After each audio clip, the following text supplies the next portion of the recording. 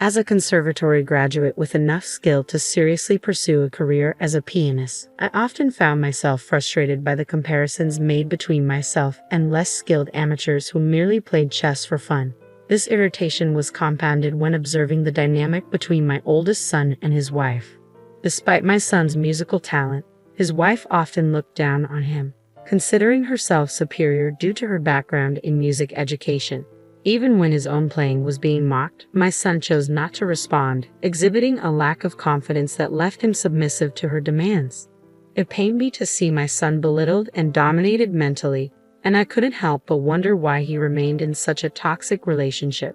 Despite being a kind and attractive man, he seemed resigned to endure her demeaning behavior.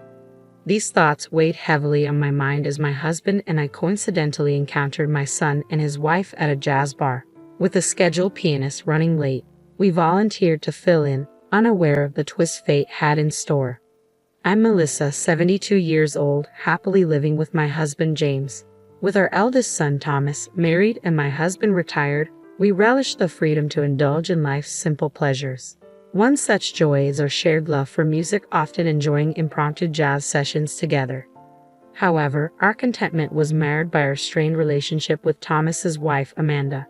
From the moment we met her, there was an underlying tension, exacerbated by her disrespectful remarks towards Thomas's musical abilities. Amanda's disparaging comments during our first meeting shocked me.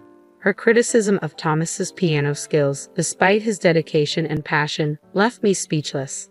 While my son's heart had been broken by past failures, Amanda's callous remarks only served to deepen his wounds. Despite Thomas's attempts to downplay the situation, his discomfort was palpable. It was heartbreaking to witness my son's confidence shattered by his own wife's cruelty. As the evening unfolded, tensions reached a boiling point when my husband finally confronted Amanda's disrespect. Despite his anger, she remained unfazed, further cementing my concerns about her character. In that moment, I couldn't help but question how someone could be so blatantly rude, especially when meeting their future in-laws for the first time. I didn't feel any love toward my son. "Thomas, are you sure you want to marry her?" I asked, hoping he would reconsider. "Yeah, the only woman who'd want to marry a guy like me is Amanda," he replied with a tone of resignation. "That's not true," I insisted, but he remained adamant. His voice carried a hint of pain, a stark contrast to his usual humility. Despite my objections, Thomas went ahead with the marriage, but since then, he seemed trapped under his wife's control. She shunned household chores, claiming they'd harm her hands, leaving everything for Thomas to handle. He sounded miserable whenever he called, but he refused to entertain any notion of separation. I couldn't comprehend his reasoning until one day, while shopping for my husband's birthday gift, we stumbled upon Amanda in the mall, arm in arm with another man. "Is that Amanda?" Thomas muttered, his voice tinged with disbelief. As we confronted her, she showed no remorse, brazenly admitting to her affair. My son's face drained of color as he struggled to process the betrayal. In the midst of the confrontation, Amanda turned her attention to Thomas, belittling him with callous remarks and attempting to manipulate him into staying with her. But despite her attempts to control him, I urged Thomas to break free from her grasp. It pained me to see him subjected to such cruelty. In the end, as Amanda tried to convince him of his dependence on her, I pleaded with him to see his own worth and to not succumb to her manipulations. "Thomas, you should break up with her," I implored, my heart heavy with concern. "Sorry, Mom," he replied, his voice tinged with resignation. "I will break up." "Why?" I asked, perplexed. "You wouldn't understand. You're good at everything. You're a great cook and even on the piano. No matter how much I practice, I could never surpass you," Thomas confessed, his voice heavy with defeat as he hunched his back and looked down.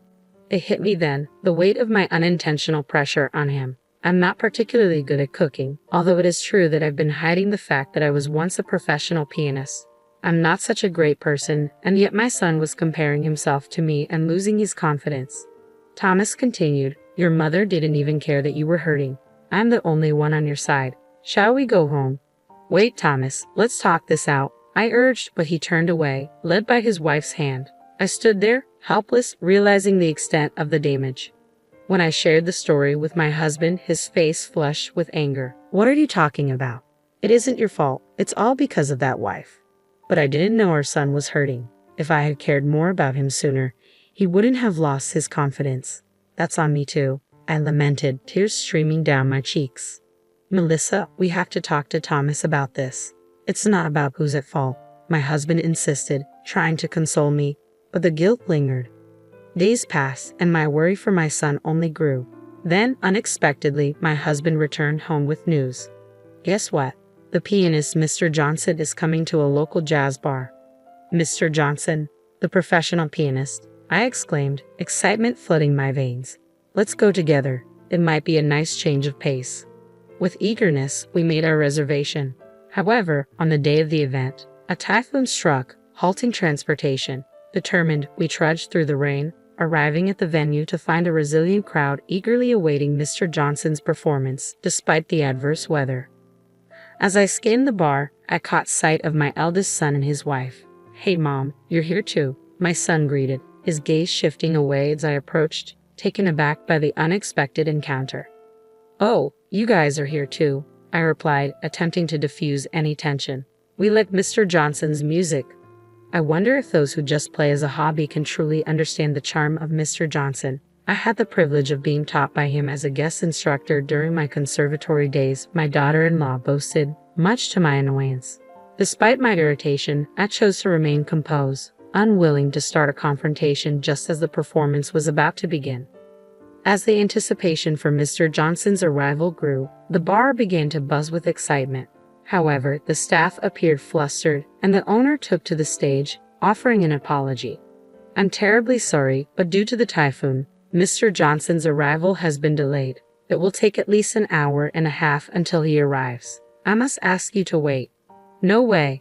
We came all the way here in this terrible weather, and what are we supposed to do in the meantime? The audience erupted in discontent. It's such a disappointment. Even if we ate, we'd be done by the time he arrived. My daughter-in-law chimed in with her usual rudeness. Frustrated murmurs spread through the crowd, with some patrons preparing to leave despite the rare opportunity to hear a live performance. Unable to sit idly by, I turned to my husband with a proposal. Why don't we perform? I suggested. We could be a placeholder until Mr. Johnson arrives. What do you think? What are you saying? People came here to listen to a professional performance. They're going to heckle your amateur piano playing, my daughter-in-law scoffed, but I paid her no mind, focusing on my husband's response. Understanding my determination, he nodded in agreement. Sounds like a plan. Let me talk to the owner. After a brief conversation with the owner, we climbed onto the stage, heartbeats racing as we prepared to perform. Luckily, the jazz bar had a drum set, and with our nerves somewhat calmed, we exchanged a glance and began to play. As the first notes filled the room, the once noisy audience fell silent, captivated by our impromptu performance. Before we knew it, even those who had been preparing to leave had taken their seats, drawn in by the music. Both my husband and I felt invigorated by the energy of the crowd, improvising and engaging with the audience, eliciting laughter and applause. In that moment, as I locked eyes with Thomas, I could see the surprise and enjoyment in his expression, bridging the gap between us with the universal language of music. I approached Thomas and gently took his hand. Mom, what are you doing? Let's play together, he protested, but I insisted. Music is about having fun. We settled on playing When You Wish Upon a Star, a song we used to play together when Thomas was in elementary school. My husband waited patiently, ready to keep the rhythm on the drums. It's okay, leave it to me, I reassured Thomas. With hesitant hands, he placed his fingers on the keyboard as instructed, and soon, he began to play. It was clear that he remembered the piece from all the practice he had put in back in the day. His smooth movements brought a smile to my face, and cheers and applause erupted from the audience. Encouraged by their response, Thomas's face lit up, and he joyfully continued to play. It was as if he had returned to his childhood days. Before we knew it, an hour and a half had passed. As we finished playing, we were greeted with a loud round of applause. Standing there was Mr. Johnson, the pianist himself. Bravo! That was fantastic, he exclaimed, prompting us to bow. But before we could leave the stage, he stopped us. Are you guys a family? He asked. When we confirmed, he remarked, no wonder it was such a harmonious performance. Don't you all agree? The audience erupted into applause once more. However, my daughter-in-law, not finding the situation amusing, stormed onto the stage and approached Mr. Johnson. Do you remember me? I was once your piano student, she claimed. But Mr. Johnson apologized, unable to recall. Undeterred, she insisted on performing, boasting about her aspirations to be a professional pianist. With a malicious grin directed at me, she began to play, expecting praise. However, Mr. Johnson's response was unexpected. After listening quietly, he remarked that her performance was pretty ordinary and lacked charm. In a fit of embarrassment and anger, my daughter-in-law challenged him, only to be met with a blunt critique of her lack of taste and musicality. As she glared at me, I felt a sense of satisfaction. Mr. Johnson then approached our table, intrigued by our musical backgrounds. When he learned my name, recognition rippled through the audience, and he grabbed my hand, his eyes shining with curiosity. "I'm a fan of yours, Melissa," Mr. Johnson exclaimed, surprising me. "Me? Really?" I replied, taken aback. "Yes, I started learning the piano after listening to your performances. I've always wanted to perform together someday, but you retired. I never imagined we would meet like this," he shared joyfully, much to the surprise of my daughter-in-law, who hurriedly approached. "Wait, what's this about being a former pianist?" she interjected. "Didn't you know Melissa is a famous pianist who has won prizes at international competitions? She has performed extensively abroad, and her concerts in the US were always sold out." I didn't know that, Mom. "Why didn't you tell me?" Thomas asked, his voice filled with dejection, causing my husband and me to lower our heads apologetically. "We're sorry for keeping it a secret. The truth is, I stopped being a pianist when I became pregnant with you. I decided that I couldn't continue my career because my greatest desire was to have you, and I never regret this decision. The days I've spent with you are my most precious treasures," I explained, tears welling in my eyes. Thomas began to sob. "I've always loved listening to you play the piano because you play with so much joy.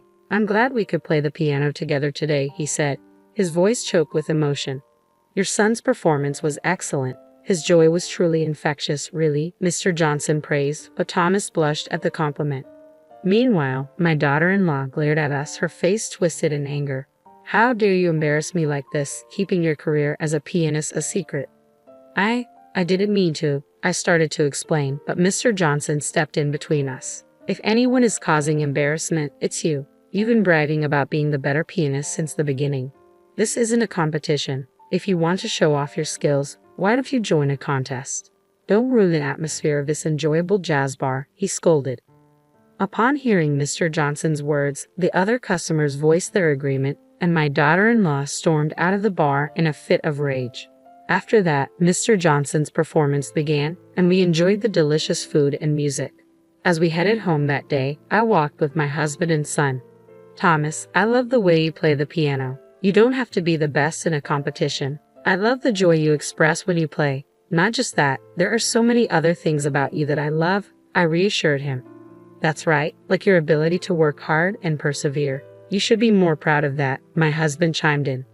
Although we didn't talk much after that, my son called a few days later to tell us that he was getting a divorce.